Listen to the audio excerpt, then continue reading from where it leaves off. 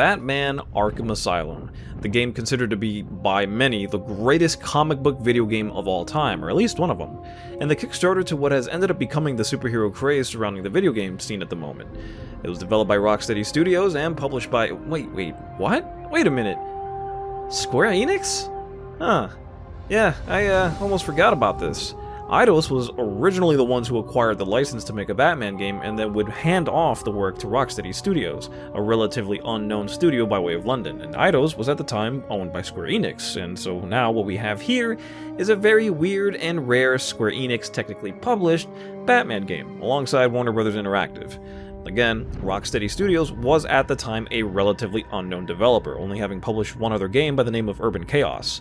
I've never heard or have even seen this game or have ever played it anywhere, so based off of this, one would worry about this developer getting their hands on one of the most revered comic book properties of all time, especially given that the last time this happened... Well, we don't need to talk about Dark Tomorrow. Those worries were, however, quickly squandered when I got my hands on the Arkham Asylum demo that would release on the PlayStation Store back in the beginning of August of 2009. The game would release that same month on the 25th. The demo was insane for all intents and purposes. It showcased a good chunk of the beginning of the game, allowing you to get acclimated with the new free-flow combat system, detective vision, and the Predator scenarios, allowing you to get really creative with stealth. This was unlike anything we had ever seen before with a Batman game. It was just enough to excite even the most jaded of fans who may have had a lack of faith in Rocksteady. The only thing to really be concerned about, however, was whether or not the game would have a narrative worthy of all the great gameplay. Enter veteran Batman writer Paul Deeney, most known for the creation of all those lovely little Daddy's Little Monsters cosplays you probably saw a few years back. That's right, this guy created Harley Quinn back in Batman the Animated Series. He was approached by DC to help sculpt the narrative for this game, and while that sounds like reason enough to get excited about this prospect, especially since every other Batman game had been tied to some sort of on-air property, whether it be film or TV, this would be its own original thing. I think something that most people overlook, though, when it comes to video games is that writing for video games is a completely different ballgame than writing for television, writing for film, comics, or even novels. There needs to be a delicate balance between narrative and gameplay so that one or the other doesn't overtake each other. Thankfully, this is not an issue at all with this game, which is genuinely impressive considering that this, to my knowledge, was Paul Deeney's first video game. So the fact that the narrative and the gameplay coexist with one another almost perfectly is kind of surreal. The reason for that may be because the plot is very simple, but there are a lot of nuances behind it all that longtime fans of the Batman can really sink their teeth into and enjoy. In fact, I do believe it's the optimal way to enjoy this game. Even though Arkham Asylum is its own unique thing and you can definitely enjoy it on a purely casual level without any base knowledge of the characters, it does take things that have happened in Batman continuity in the comics and applies them into the story, and these little winks and nods do heighten the experience. If you aren't familiar with the characters, however, the game does a pretty good job at covering the basics with character-specific audio files and bios that you can access at any time if you've collected them. Also, props to this game for being one of the few to actually allow you to listen to these while playing and not just being forced to be stuck in a menu to actually listen to them. In terms of the actual story though, well, the Joker is up to no good, surprise surprise, and allows Batman to capture him and imprison him in Arkham Asylum, only it's a trap. You see, the Joker's managed to find out that a doctor in the asylum had been tampering with Bane's venom formula as a means to cure folks from their mental illness, and Joker, being ever opportunistic, ends up funding the doctor to further her research to pretty much pervert it through an alias. Once the doctor finds out that it's the Joker funding her, however, she attempts to pull out of the deal as the Joker wants the Titan formula to create an army of Super Banes, but without the Bane. This sends Joker on a hell-bent mission not only to collect on his deal, but to take out Batman as well, all in one swoop, as he gains control of the asylum and lets loose all of the inmates, including various supervillains of Batman's rogues gallery, leaving the Dark Knight against the odds in this latest battle with the Joker. And Batman absolutely goes through the ringer of this game. By the end of it, the guy needs some serious back massages. Hope that Wayne Tech can help you there, buddy, because oh boy. Like I said, it's a relatively simple plot, but where things shine the most are, again, the nuances that could be found for dedicated Batman fans, as well as the character interactions. Kevin Conroy, the definitive Batman voice, returns as a character for this game, as well as Arlene Sorkin, the original inspiration and intended voice for Harley Quinn, as Paul Deeney created this character with her in mind. This would be her second to last time appearing as Harley Quinn, as she would retire from the role after 2011's DC Universe Online. But the star of the show is undoubtedly the Joker, once again portrayed masterfully by the definitive Joker, and I will die on that hill, Mark Hamill. This game is entirely the Joker show, with Hamill having way more lines than the oftentimes muted Batman, but his presence definitely helps carry this game. He is everything you expect the Joker to be, but admittedly, and I remember this as clear as day as to when I first played this game, it is very strange hearing this voice that was pretty much censored for children's television be let off the leash here. This Joker is dark, morbid, and twisted. And while we've seen glimpses of that in the past with Hamill before, like in say Batman Beyond Revenge of the Joker, this is really the first time where it feels like the cuffs are off, and Hamill just has a ton of fun with this character. And it bleeds through into the game. I mean, he even manages to sneak in a Three Stooges reference in there, which I personally appreciate. Those shorts were great. And also a cavity search joke. Wow. The game really wants you to know it's got a mature tone, though, because, well, the excessive use of the word bitch for any female in the game is thrown around quite often. And at a certain point, I kind of just laughed at myself.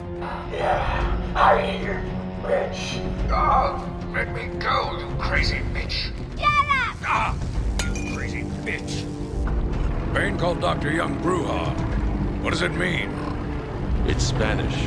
For crazy bitch. But even the miscellaneous cast of all the goons and the side characters are great though, including the now retired Tom Kane as Commissioner Gordon and Quincy Sharp.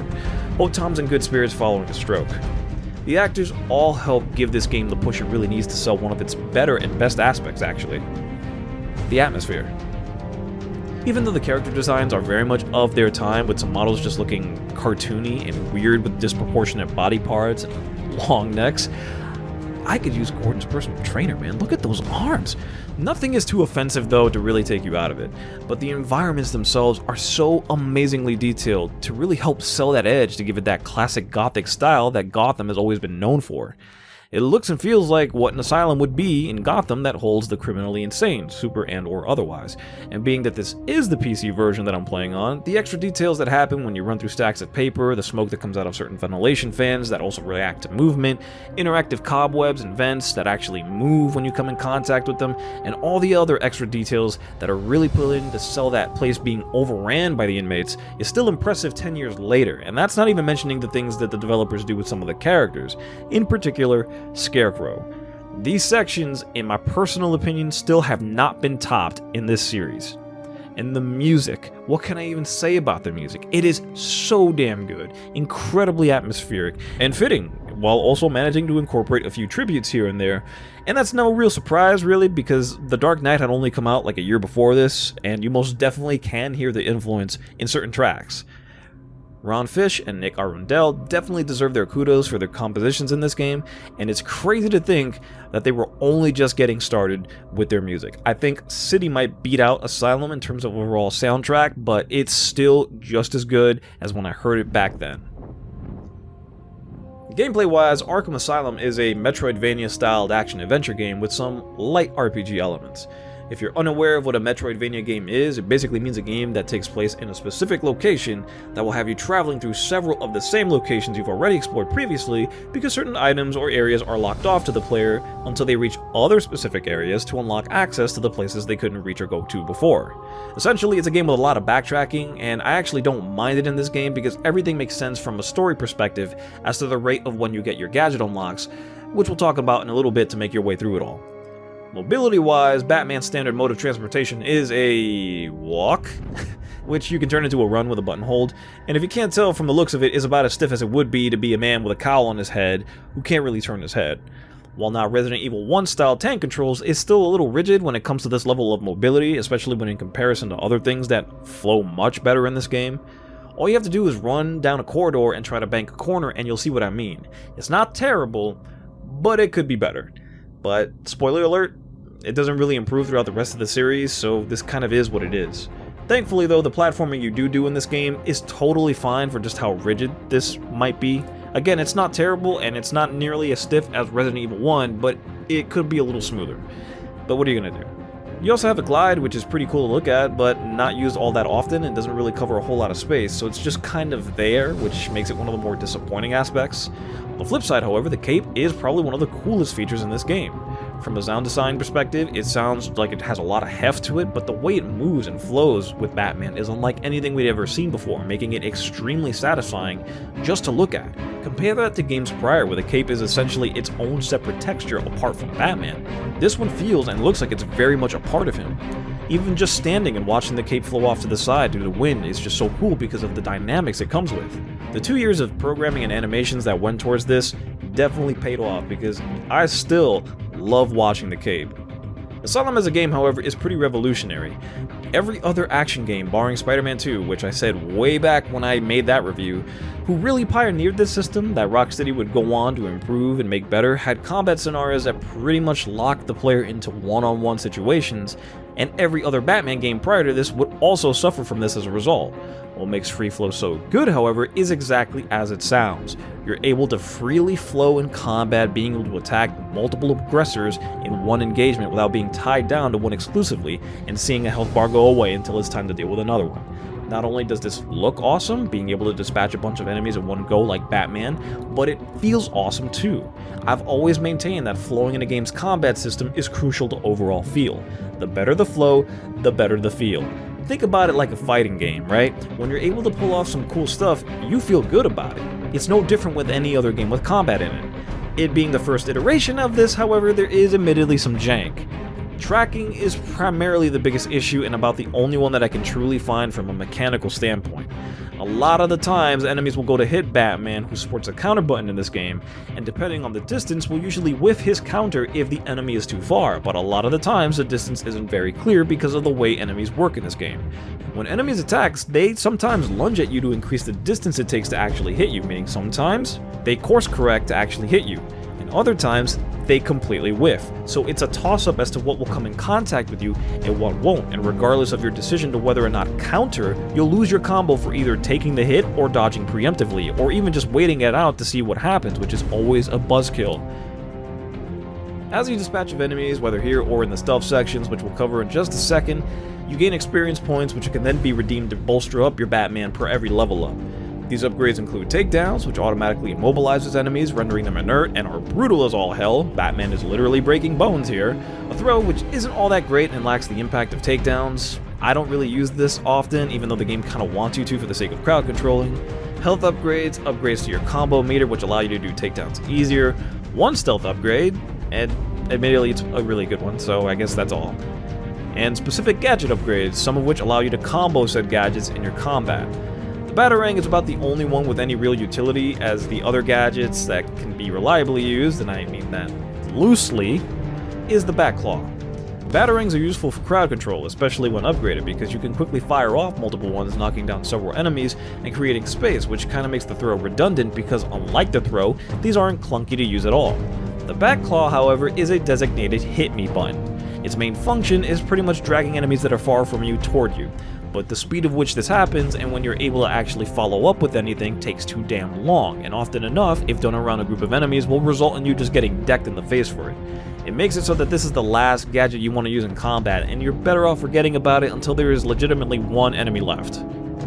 It's bad in combat, but at least useful everywhere else, whether it's opening grades or pulling down hard to reach destructible walls, when your explosive gel gadget won't do just due to distance, or even helping folks learning the dangers about railings. Unfortunately, the rest of the gadgets that you get in the game are a little on the underwhelming side, the only exception being the explosive gel, which you can also use for stealth, and is awesome. The line launcher only has a few uses in the game, and while neat, doesn't become all that useful until the next game. It's just something you kind of forget is there unless you need it for specific challenges, or to get across specific platforms that are too far away for Batman to glide across. The same could be said about the Batarangs. No, not the main one. That one is useful, just all the other alternate ones you get that you don't really need and don't serve all that well of a purpose.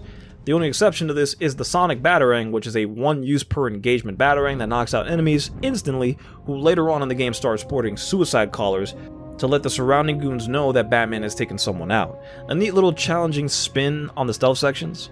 This is the only exception to the rule, however. Out of the 8 total gadgets in this game, half of them are Batarang variations, and only 2 of them serve any real purpose.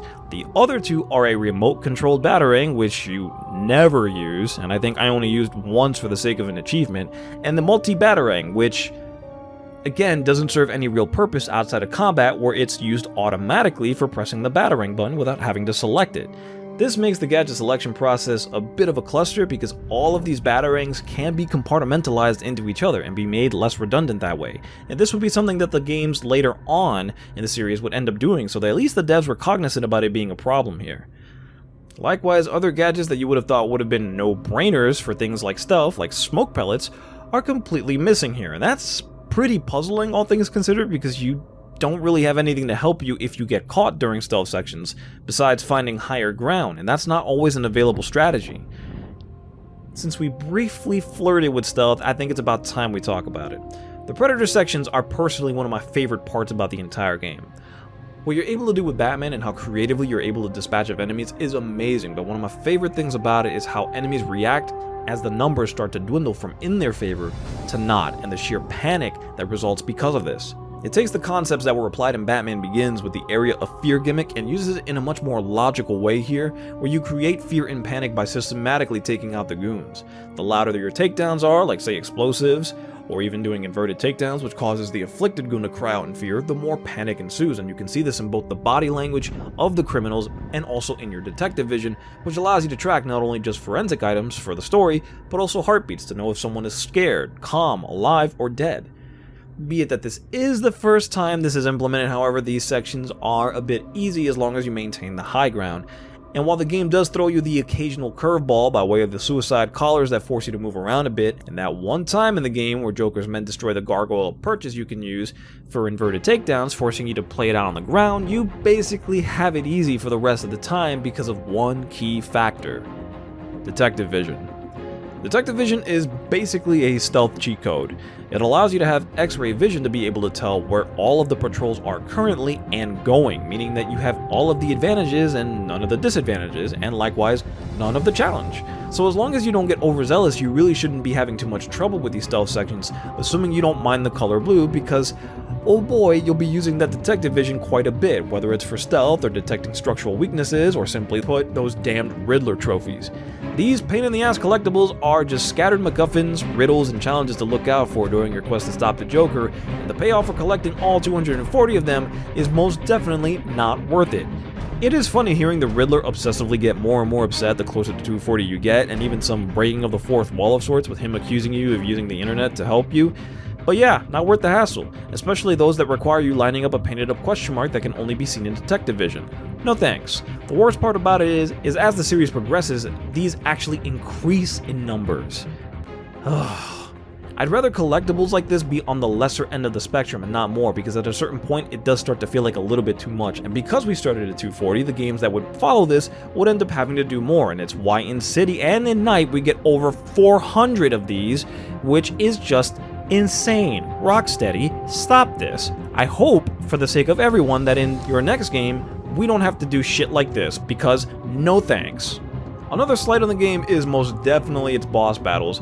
They are all on the weaker side, with the majority of them being Bane boss fights, or Bane-like boss fights, where a giant hulking figure charges at you, you throw a Batarang to disorient them, they hit a wall, you wail on them until his health bar depletes, rinse, wash, repeat. It's not great, and it's made even worse by the final confrontation with a Titan-induced Joker. Yeah, this is not great, and I hate this. I don't think I know anyone who really likes this, because a lot of it is much of the same of what the other boss fights are, except this time the Joker doesn't charge you. You just have to kind of wait until he's distracted and backclaw him down. But it's essentially the same thing. There's nothing dynamic about this, and especially in a game that has faithfully gotten the characteristics down of all of its characters, this is about as far off feeling as it gets for a Joker-Batman confrontation. And it's a shame too, because things started off really good with that Scarecrow section, but as the game goes on, this gets leaned on far too often for its own good. At least after beating the game, you're still allowed to traverse throughout the island, finish up Riddler trophies, and even unlock a new suit, which arguably is not great. But you can only use the suit in the challenge modes, which range from Predator sections to just straight up brawling with enemies in specific areas. But not being able to use the suit outside of this is kind of weird to me, because alternate Batman suits have been a thing for years in Batman games, so not getting more than one here and not having it be useful in anything but challenge mode is a strange choice, to say the least. Thankfully, challenge mode is a lot of fun because it's all of the great things this game has to offer in a more direct way of accessing them, and even though some are unfortunately locked via Riddler trophies, I'd recommend at least trying these out if you're itching for some challenges and some fun. This is where we get into differences between the versions of games though.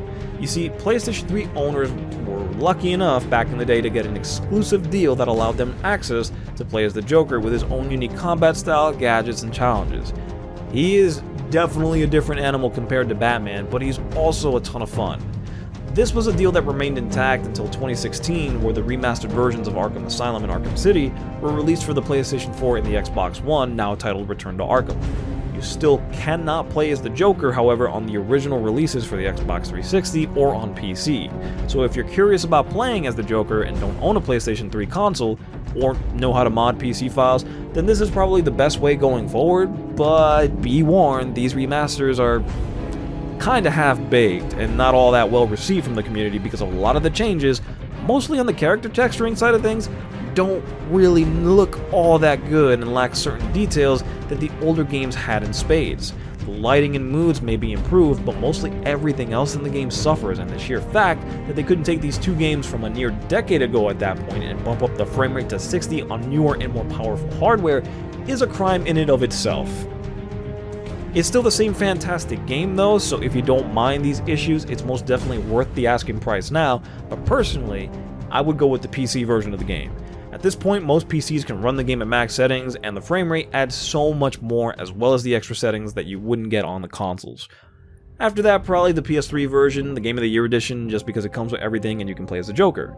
There's also this weird 3D thing that was the failed video game gimmick of the time, and all these publishers and TV companies were trying to push, and it's an experience to say the least. Not my recommended way of playing, but bragging rights if you did. At least the glasses are cool. Anyways, I can't say enough good things about Asylum. Even with all my gripes, they're all minor in the grand scheme of things when you look at the total package of what this game brings.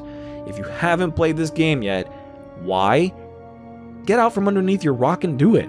It's a great game that only gets better the more you play it and has definitely aged like a fine wine, and would go on to lay the groundwork to its more impressive sequel. The best praise I can give to this game is that Spider-Man 2 crawled so that Arkham Asylum could run, and the legacy that this game would go on to create speaks for itself.